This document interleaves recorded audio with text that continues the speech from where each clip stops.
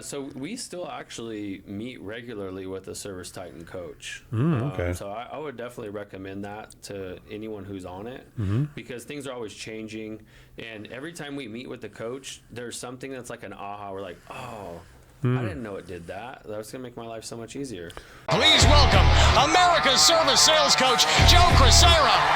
Welcome to the Service MVP Podcast, the show that helps home service professionals master high-value sales, build stronger client relationships, and grow their business like never before.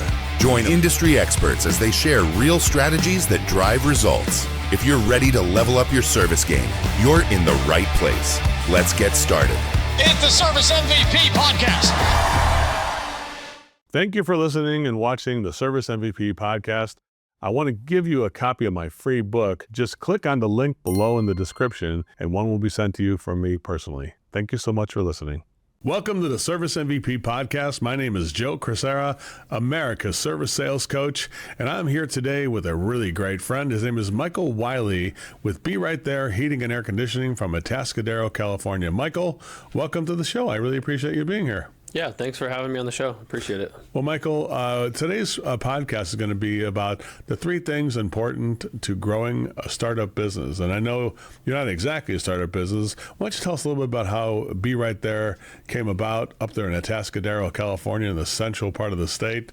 And it sounds like you've experienced some tremendous growth since you bought the business. Tell us when you started and what was some of the keys to growth. So we're going to talk about the 3 keys to business growth for a company that's sort of a startup, I would say, right? So if we're starting up and growing, what do you think here, Michael? You want to tell us what happened? Yeah, definitely. So I would say we definitely were we had a little bit of a head start from being a true startup, but to give you a little bit more background on myself is I started out as a technician doing the same work that everyone else is doing, kind of worked my way up into being a selling technician. From there, went into being a full-time comfort consultant, and then worked my way into being operations manager. And shortly before I left the company, I was a general manager. But all along this way, I just knew that I wanted to be an entrepreneur and do my own thing. I've kind of been setting the roadmap for a very long time. And I took over a company in 2018 from a gentleman who was at retirement age. For 20 years, he'd been the guy in the truck doing the work. He'd been the guy doing the invoicing. He'd been the guy closing the doors, opening the doors, taking out the trash, along with a helper. So I wouldn't really say it was much of a business that I purchased, but there was some small database there, something that I can keep the phones ringing to build off of. So you purchased a company that had a good reputation as a personal service, one-man company who probably had a good name in the community and things like that. So you kind of started out with a database of people who were at least used to normal service and things. That you probably took and activated that business, right? I mean, what happened when you first got the database and all that part of it there? What was one of the first keys that when you changed from that company to your company? What year was that? 2018. And so 2018, what were some of the immediate changes that first happened to kind of identify to the community that there's a new presence of service in town? What happened there? Yeah, so luckily I was able to retain the owner on for about a year because people weren't buying from the company, they were buying from him. Yeah. He was the guy that came out and fixed it. So when a new face came out, they're like, oh, well, where's he at? And so that was a little bit of a challenge right there. So immediately, everything was on paper invoices. So they were in boxes in a storage closet just full of dust, and had to go through each and every one of them and input them into a database. And that took probably about 6 months to do that. And by the time we had all that data, we were slowly just letting the people know that we were going out to service the changes in person. And then from there, we were able to send out a mass letter, let them know about the changes and the good news. Nice. So the step one was just kind of getting a warm handoff from him to you, right? And exactly. So there's people kind of a minor endorsement of the fact that you can trust Michael here. He'll take it from here, right? Exactly. That type of Exactly. thing. And then it sounds like, seeing the Be Right There brand, it's definitely something that does catches the eye and has the ring of professionalism to it. I remember I lived in that area. I was in that community near Atascadero. I lived in Templeton, which is a nearby neighbor. Definitely, I would have hired somebody like you if I had saw the brand, and it would have caught my eye, and I probably would have hired your company because I had several heating and air conditioning needs for myself back then. Of course, I moved from that community way before you bought the company. But tell us a little bit about how did you get that name and the brand and all that stuff? Tell us how that came about. Yeah, so the name I actually had been working on for quite a long time before I had actually purchased the company. I was planning on doing a startup. And then just kind of looking in the market, I said, I don't really think I want to do that. I don't want to go door knock. I kind of want to have a little bit of a database. So I was thinking about the name for a very long time. I was wanting to come up with something that could let the community know that we'll be there fast. Mm-hmm. And that's where we came up with Be Right There Heating and Air. From that point, I purchased the business. We probably had about 2 years in revenue kind of coming in, and at that point we rebranded with Dan Antonelli. It was a big kind of leap of faith, but knowing that that's where we needed to go to take to the next level, mm-hmm. and thinking long term.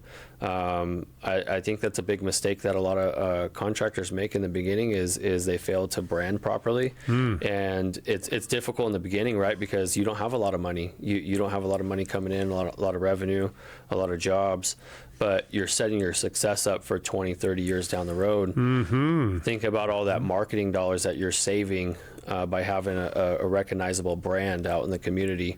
You can spend less dollars on marketing spend. I think it's great advice. I think whether you're a startup or even if you're an existing business, like let's say that gentleman you bought it from was a few years younger and wasn't looking to retire or get out of the business. It's a great way to say, whether you're starting it or rejuvenating your business, I think the brand is a great way to kind of signal to the community that we have now changed and we're improving in a way. That's kind of an immediate improvement. Would you say that's true? Yeah, 100%. The brand is what's the very first thing that people see, and that's what's building a little bit of value and a little bit of trust in your brand or your business. Mm-hmm. They kind of feel a connection already, and then when they call in and your CSR answers the phone, that's when you can prove to yourself with good customer service, and they kind of get that touch point. And then Atascadero, which is kind of it's a beautiful community, and I've spent a lot of hours there myself in different restaurants, and even in the parks and the things that are very. It's a serene community, a lot of outdoor activities, and a beautiful countryside with agricultural components to it. The cattle and beef industry. There's wineries and things that are close by and things like that. The bee sounds like a pretty cool idea. Yeah. Because it kind of connects into that ecological, concept there. Do people ever comment on that part? What do people comment on the brand when your clients? What do they say about it? It's funny because that happened by accident. Uh-huh. I came up with a name at first, which was Be Right There, and then later we actually added the E. So it was originally planned as just BE, we're going to be there. But then we came up with the idea of adding an E to it and then creating a mascot around it. Wow. And we get a lot of really good feedback in the community. They're just like, even when we only had a couple of trucks, when there was only like 3 or 4 trucks, they were like, I see you everywhere. And it was just because it was eye-catching. And it's like, well, I don't really have that many trucks right now. But we'll take the credit for it, How many trucks do you have now? We have about 12 or 13. Whoa. So you went from that one-man company. Yeah. So 2018, 12 or 13 trucks? Yeah. Well, congratulations, because Michael, I know, I always say the worst, if I had to do like something with my worst enemy, it'd be put him into a business like yours, but not have training, not be trained properly as to how to do it, and not be branded properly too, because the branding is a key component of it. And then the second component, why don't you go ahead and tell us how did the story continue after the branding was done? You kind of activated that customer base. What's the next thing that was a key component to your success? Would you say that helped you grow from there? The next thing was definitely trying to put some systems and procedures into place. At that point in time, I was still running a lot of calls myself. Yeah. And knowing that we needed to set the groundwork and have a process, a sales process, this is how we run a tune-up, this is how we do this is how we do that, so that when we had new hires come in, we know exactly what we're doing. So the training element of it is something that is a key component to make sure that when you bring in new employees, they're kind of brought into that culture as well. Does that make sense? Yeah, 100%. So we implemented putting in 3 days dedicated training every morning. So before that, it was just kind of sporadic. It was, I guess, when something would go wrong, you'd bring it up the next day, and that's definitely not the way you want to do it. You don't want to put those fires out the next day. You want to prevent them from happening in the first place. Well, I can tell you one thing. From living in that community, the level of service was not that high. I'm going to tell you that right now. And I know it's improved since you've taken over. Sure. But let me tell you, when I lived there, one of the reasons I moved back to Los Angeles, because I'm like, dude, there's nobody who does good service around here. And it was very difficult. There was a sense of entitlement to the service community, like, what? People just buy from me. Like, it's just like, because there was not many choices. It's not like, there's not a lot of brands in that area who are qualified to do the job, right? And it is like a lot of one-person guys running around with a T-shirt and a magnet on the truck or whatever kind of a thing, right? So tell me, how did you, what's the difficulty in taking an employee from that kind of a culture? Did you wind up building your own people, or did you wind up taking experienced people and having to retrain them? How did that go? Yeah, that was a learning curve for myself, as I'd never been through this, like an acquisition like that. So originally I was there was one employee that was actually two. There was two in the beginning that I wanted to try to maintain and keep on. And I tried to hold on to them for too long. And that held me back, because once they finally left, it was like, oh no, what am I going to do? And then it was like, oh, that was a good thing. Right. So being able to train and develop your own people, I think, is a really key component to a successful business, because people are going to come and go naturally by whether they're happy with your operation, or if they're just wanting to move to a different state or want to explore a different career option. There's always going to be some turnover, and being able to bring somebody in fresh, and we know in this industry that it's very difficult to find good qualified people. So I've learned that we just need to develop them ourselves. And by doing that, we can eliminate a lot of bad habits. Yes. And changing that mindset. And so bringing people in from fresh, they have a whole fresh mindset, and the only way they learn is to be right their way. Yes, exactly. And that kind of does create that culture, and it's something that you're truly building on your own. Tell us about Michael. After you get that, the training, 3 days a week of training. That's quite a bit of training. Now, does everybody seem like they have a foothold on the way that we do things over there? The Be Right There standard in a way. Yeah, we still do 3 days a week training, Monday, Wednesday, Friday, and then they dispatch from home Tuesday and Thursday. And that's just in our culture. They know that we're coming in to do training, and it really helps us out in the long run, because we can always collaborate and obviously go over different things that are going on in the field, bring things to the table, have a kind of a touch on the culture as well.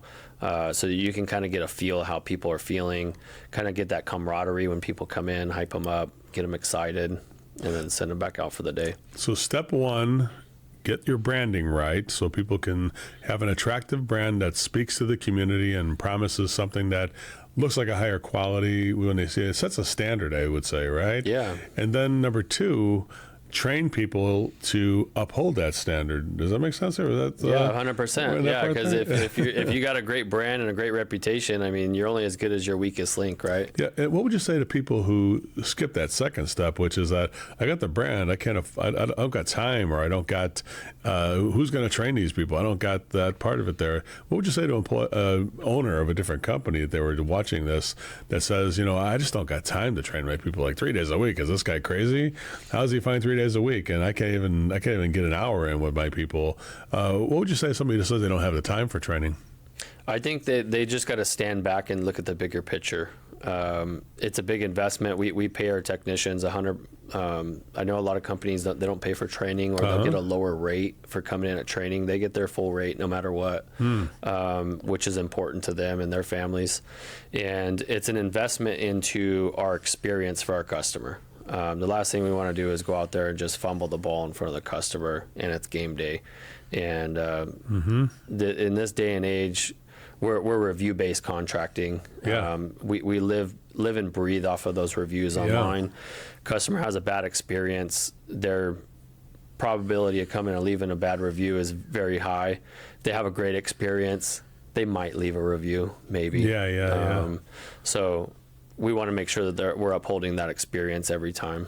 It's amazing. I love that kind of culture. And honestly, you and I ran parallel paths just about 2 decades apart. I did something like this too, almost identical to what you did. And of course, I wasn't smart enough to have the brand like you. Too bad Dan Antonelli wasn't around when I was younger. Yeah. I originally did find a rebrand though. I did do a rebrand, and it immediately made an impact. I was always training my people, so I had the cart before the horse. Train people to get a standard, get a brand to uphold that standard, and it did make everything grow exponentially from there.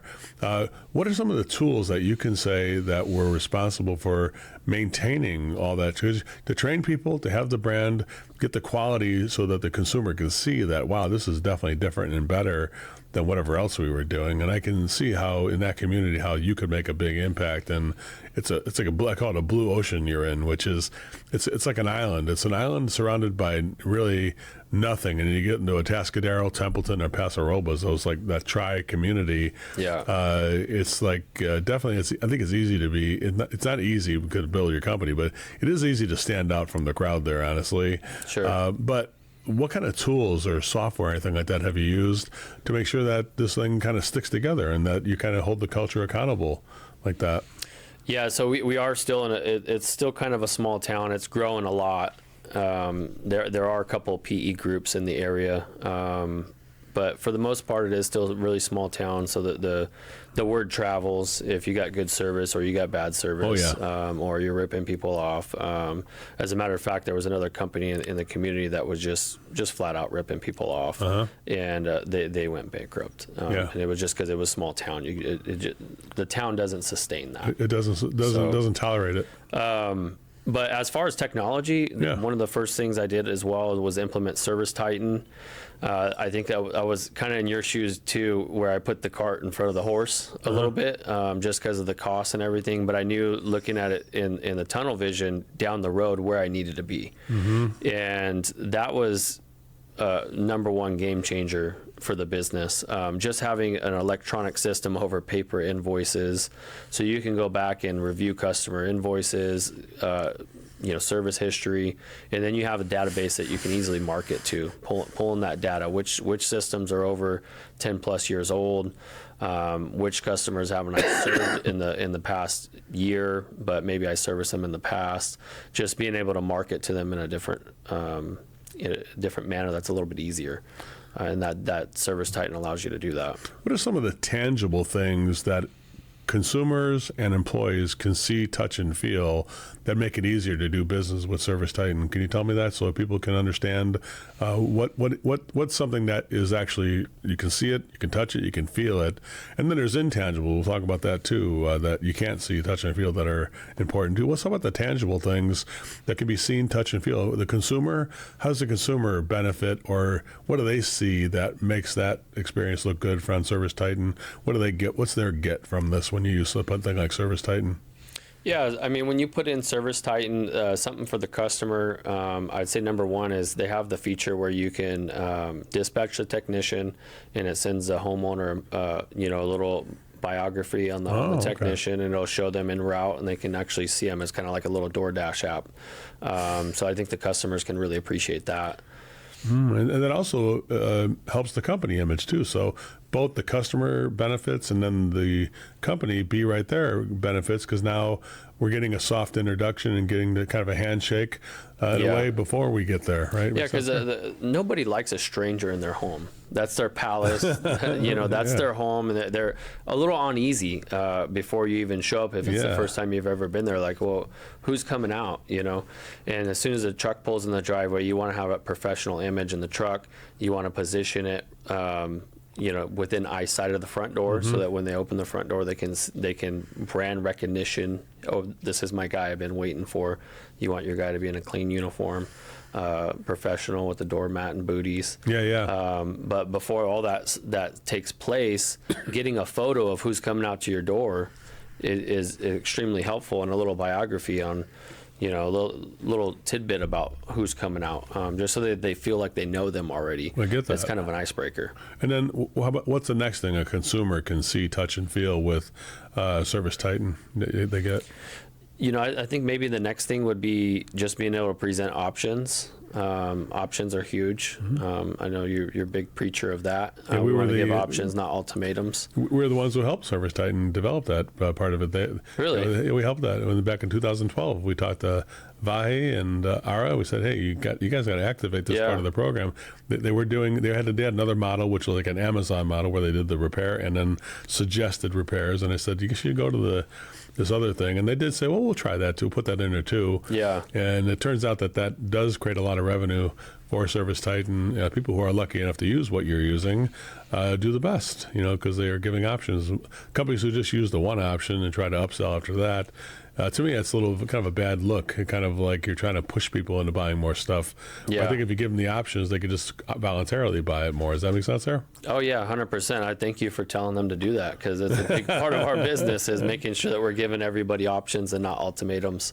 And we don't want to ever come back to, do one sell and come back, oh, I think you need this now. And then they're like, okay, we'll do that. And then come back, I think you need this now. And it's just a really poor experience for the customer. Well, it's companies like you who find the same information that Service MVP teaches and put it out there. I call that pure motive service, which is we believe in giving options, not ultimatums, I call it. Let's try to push things or say, hey, here's options we have for fixing it. Here's options we have for replacing it. And the cool part is that the software has it all in there. So the technician, it serves a technician too. So isn't it interesting how when the client is served right, then the company is served right too? Sure. You kind of see that correlation there between the two things? Yeah, 100%. It's amazing. So I think I think your guys are like, yeah, we're lucky to have this. And imagine this. Imagine a guy working for you and then saying, have them try work somewhere else where they don't have it.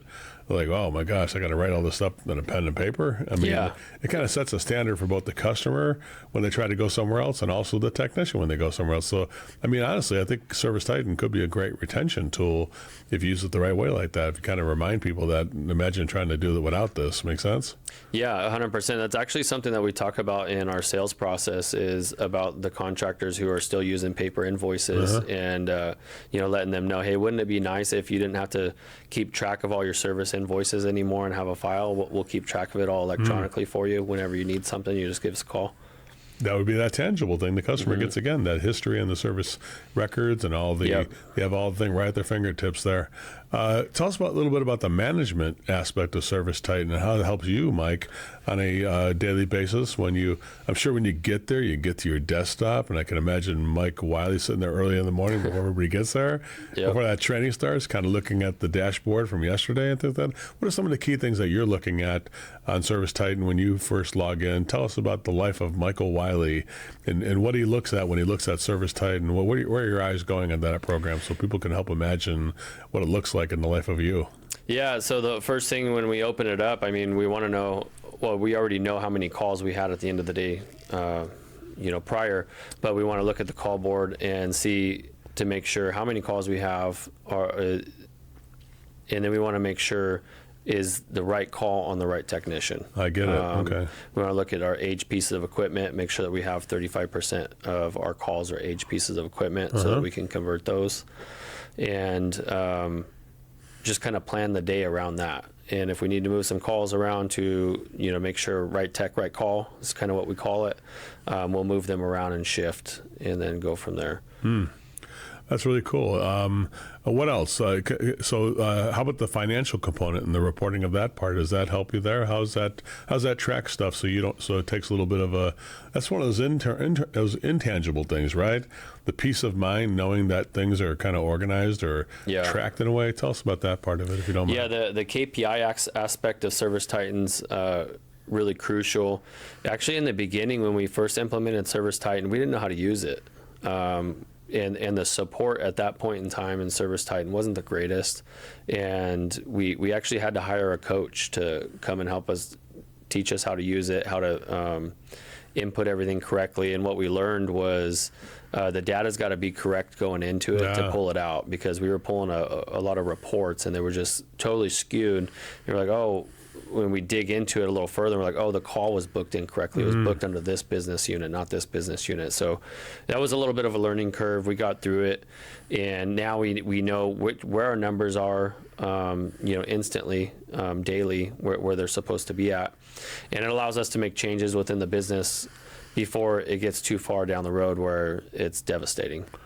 When you look at a software like ServiceTitan, it does a lot, obviously.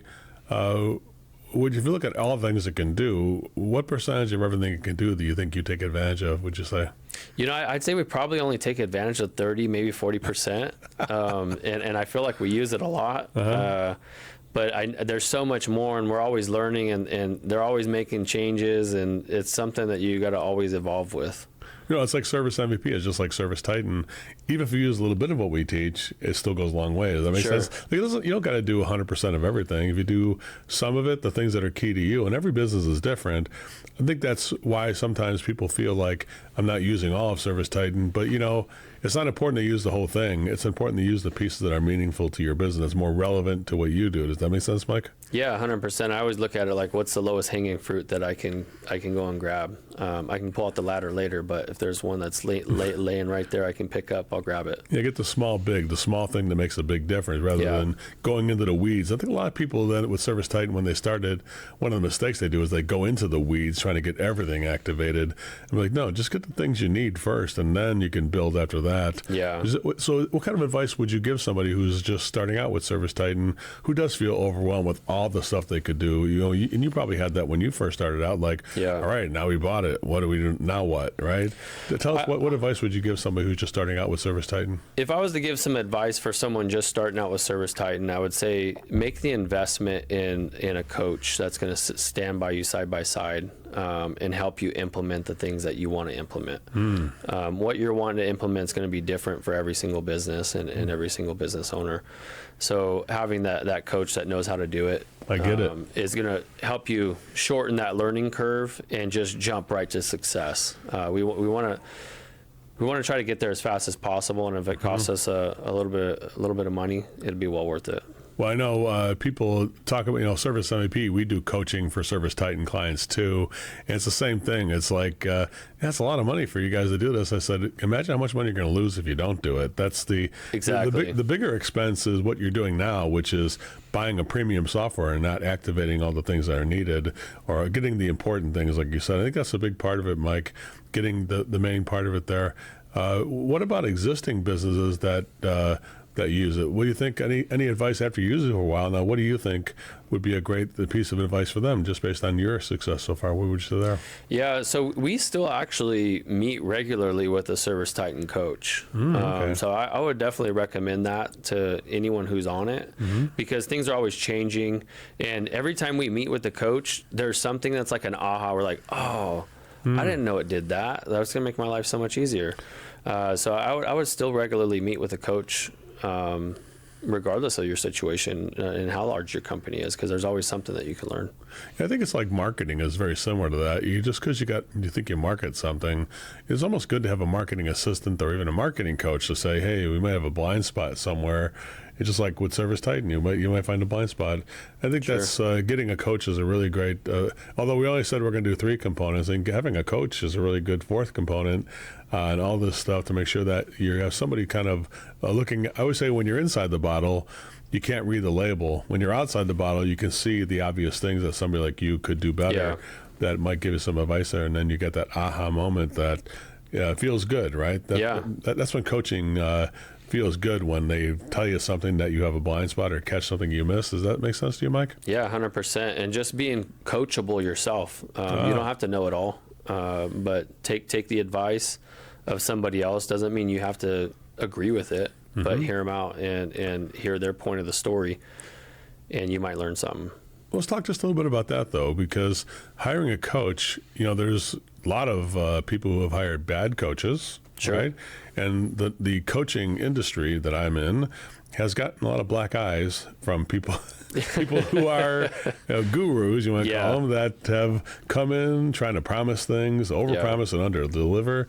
How did you kind of filter that element of it to make sure that the coach you have was going to get you traction and wasn't something there? How long does it take you kind of sniff through that BS, whether it was real or something that you're wasting money on pretty quickly? What do you think on that? Yeah, and I don't.